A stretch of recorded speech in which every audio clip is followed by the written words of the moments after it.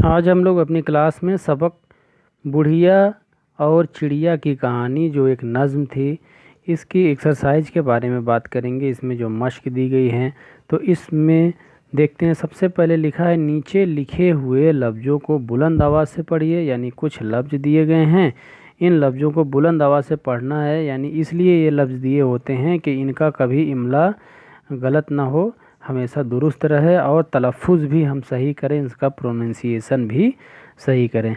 जैसे लिखा है चिड़िया, ठीक है। उसके बाद लिखा है बुढ़िया, फिर क्या है चोंच, नून गुन्ना का इस्तेमाल हुआ है इसलिए बताया गया है कि चोंच। फिर क्या है पिंजरा, फिर क्या है चुमकार। तो इन लफ्ज़ों को हम लिखेंगे और तलफ़ुज़ के साथ सही इसका प्रोनंसिएशन करेंगे। तो इस तरीके से इसको अपनी कॉपी में लिख लेंगे। आगे बढ़ते हैं। लिखा है सोचें और बताएं। इसमें 3 ही सवाल दिए हैं, इन तीनों सवालों के अब मुनासिब जवाब लिखने हैं। सबसे पहला सवाल है, चिड़िया बुढ़िया को गीत कब सुनाती थी। ठीक है, सवाल है चिड़िया बुढ़िया को गीत कब सुनाती थी। इसका जवाब हम ऐसे लिखेंगे, जब बुढ़िया खीर पकाने बैठती थी तब चिड़िया गीत सुनाती थी। बिल्कुल आसान जवाब लिखेंगे, जब बुढ़िया खीर पकाने बैठती थी तब चिड़िया गीत सुनाती थी। दूसरा सवाल है, चिड़िया को रात भर नींद क्यों नहीं आई। इसका भी सिंपल सा ही जवाब हम लिखेंगे, चिड़िया को रात भर नींद इसलिए नहीं आई क्योंकि वह भूखी थी, उसे बुढ़िया ने कुछ भी खाने को नहीं दिया था। ठीक है, क्या लिखेंगे, चिड़िया को रात भर नींद इसलिए नहीं आई क्योंकि वह रात भर भूखी थी और बुढ़िया ने उसे खाने के लिए कुछ भी नहीं दिया था। तीसरा सवाल है, बुढ़िया ने चिड़िया को कैसे मनाया।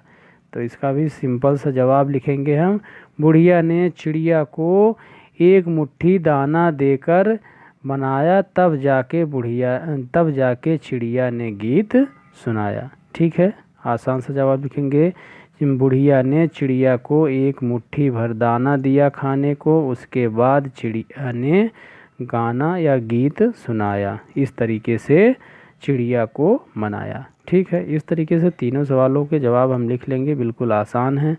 फिर हम लिखेंगे इस आगे है अपना कि इस नज़्म में लफ्ज़ चूं चूं आए हैं।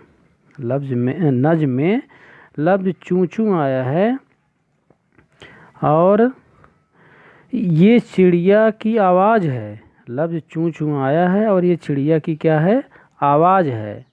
ठीक है, ये चिड़िया की आवाज़ है। नीचे दी हुई आवाज़ों के सामने इन परिंदों के नाम लिखना। और भी परिंदों के ये नाम की आवाज़ लिखा गया है। अब इन परिंदों के नाम हमें समझकर लिखना है। लिखा है काएँ काएँ, तो काएँ काएँ कौन बोलता है बच्चों, काएँ काएँ कौन बोलता है। जब रिश्तेदार मेहमान हमारे घर आने वाले होते हैं तो ये परिंदा बोलता है। इसका नाम है क्या, कौवा। क्या है, कौवा। तो यहाँ पे हम कौवा लिखेंगे। फिर क्या है, गुटुरगू। गुटुरगू कौन बोलता है, कबूतर।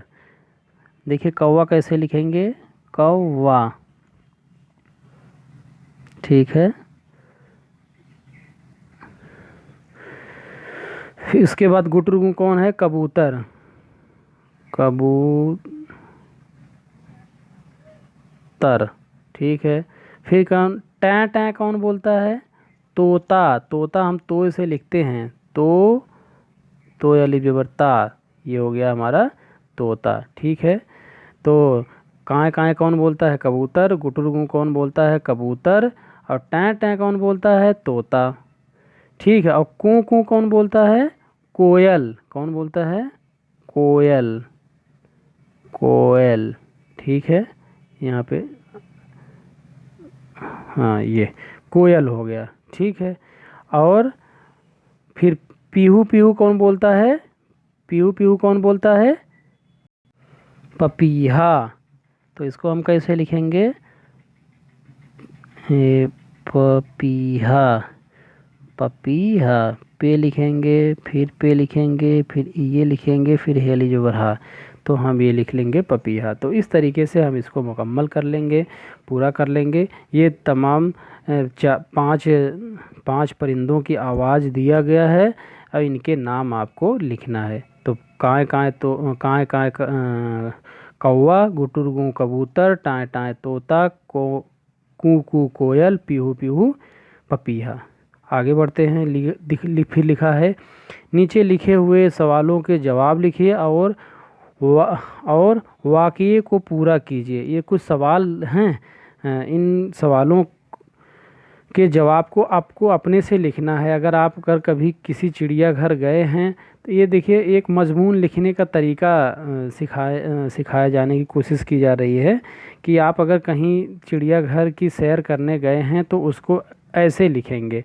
तो ये कुछ सवाल हैं, जो लोग चिड़ियाघर सैर करने गए हैं वो इन सवालों के जवाब लिखेंगे, और जो लोग अगर नहीं गए हैं तो वो तो जाएंगे तब भी लिख सकते हैं। बाकी अगर कोई लेसन या कोई सबक, वैसे मेरे ख्याल से शायद 7th में आप लोगों ने पढ़ा था, तो उसकी मदद से उसके ज़रिए भी ये जवाब लिख सकते हैं आप अपने से। और जो लोग चिड़ियाघर की सैर वाकई किए हैं तो वो इसको अपने से अपने तरीके से जवाब देंगे। सवाल क्या है, हम केवल सवालों का जिक्र कर लेते हैं। क्या आप इतवार को चिड़ियाघर की सैर करने गए थे? अब जब आप गए थे, इतवार का दिन था, तो हाँ लिखिए, नहीं तो नहीं लिखिए, या जिस दिन गए थे वो लिखिए। फिर आप चिड़ियाघर की सैर करने किस सवारी से गए थे, कैसे गए थे, किस सवारी की मदद से गए थे, ये आपको लिखना है। फिर चिड़ियाघर की सैर करने आपके साथ कौन कौन गया था, आपके साथ कौन कौन गया था वो लिखेंगे। चिड़ियाघर में आपने क्या क्या देखा, चिड़ियाघर में कौन कौन से जानवर और परिंदे देखे, आप उनका जिक्र करेंगे इसमें। फिर लिखा है, चिड़ियाघर में आपको किस जगह सबसे ज़्यादा लुत्फ़ आया। लुत्फ़ आया मतलब मज़ा आया, आनंद आया। कहाँ सबसे ज़्यादा मज़ा आया, आनंद आया, तो वो लिखेंगे आप। आप घर कब वापस लौटे, आप फिर पूरा देखने के बाद कब वापस लौटे, इसका जिक्र करना है। तो ये जो 6 सवाल हैं, इन सवालों के जवाब को अगर हम कंपाइल कर दें, यानी एक जगह कर दें, तो ये हमारा चिड़ियाघर की सैर का मजमून हो जाएगा। ठीक है, तो आप लोगों ने पहले भी क्लास में 7th क्लास में चिड़ियाघर की सैर पढ़ा भी है शायद, और वैसे सारे लोग लिख लेंगे। जो लोग चिड़ियाघर गए हैं वो बिल्कुल आसानी से इन सवालों के जवाब अपने मन से लिख लेंगे। जो लोग अगर नहीं गए हैं तो अब तो आगे जाएंगे ही अभी, या जो भी है, तो आप 7th की जो बुक है उसमें से ये सबक पढ़ करके इन सवालों के जवाब लिख सकते हैं। आगे बढ़ते हैं हम लोग। इस नज्म से चिड़िया की 2 खूबियाँ तलाश करके लिखिए। ये अभी जो हमने जो नज्म पढ़ी, बुढ़िया और चिड़िया की कहानी, इस नज्म की 2 खूबियों का बयान करना है, अपने से लिखना है। तो इसमें आप लिख सकते हैं कि चिड़िया, जब बुढ़िया खीर पकाती थी तो चिड़िया उसे गीत सुनाती थी। ठीक है, और भी जो नज्म में आखिरी में हमने पढ़ा कि जब बुढ़िया ने चिड़िया को खाने के लिए कुछ नहीं दिया तो उसने बुढ़िया को यानी चिड़िया ने बुढ़िया को चोंच मारी। तो इसकी जो खूबियाँ, जो नज्म में जो चिड़िया और बुढ़िया से रिलेटेड बातें थी, इसको हम 2 खूबियाँ इस तरीके से लिख सकते हैं। फिर लिखा है अमली काम। कुछ अमली काम दिए गए हैं, इन अमली कामों को पूरा करना है, यानी प्रोजेक्ट वर्क हैं आपके। लिखा है, इस नज़्म को नस्र में लिखिए। ये नज़्म बहुत ही सरल और शीरी है, तो इसको हम सीधे एक बार पूरा पढ़ करके अपनी ज़बान में अगर हम लिखेंगे तो ये हमारा नस्र में तब्दील हो जाएगा। तो इसको हम इसी तरीके से, इसका अगर तर्जुमा हम अपने से करते हैं पढ़ने के बाद, तो बिल्कुल ये नसरी शक्ल में आ जाएगी, तो आप इसको लिख लेंगे। फिर क्या, परिंदों की